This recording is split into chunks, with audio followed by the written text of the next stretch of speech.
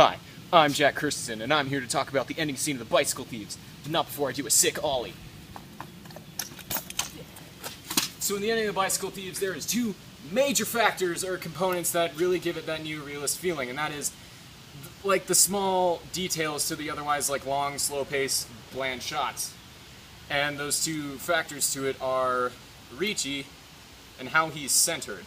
So Ricci, well, Bruno too, but we'll talk about him in a sec. So Ricci is, well, I mean, he's the center of everything. This is it. This is his last hope. He's got to steal a bike, and cameras are always on him.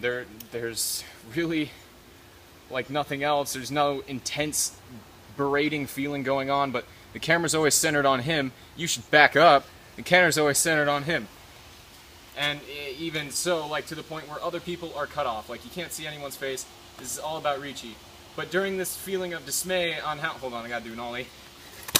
During this feeling of dismay of what he, like his struggle, there's always these shots that pan back to Bruno. Bruno is the second component to this. Bruno is the justification. He is the reason why this has to happen. And it never is flat out said throughout the entire movie, but audiences infer with these small shots that go back to Bruno on the street, like holding himself, rubbing his hands through his hair, like he's stressed, he's upset. He's an 8-year-old boy, he should be playing with crayons, not dying out on the street. So Ricci is like, yo, I gotta help him.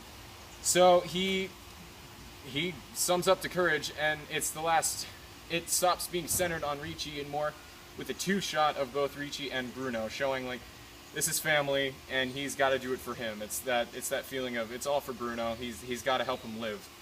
So, and it follows back to Ricci in his lone endeavor to steal the bicycle, all the way to Ollie. All the way to the deserted alley at the end, where there's just that lone bike. He tries to act casual around it, and the camera doesn't really follow him. It sort of moves up a little, and sort of stays stationary to give an insane amount of headroom. What are you doing?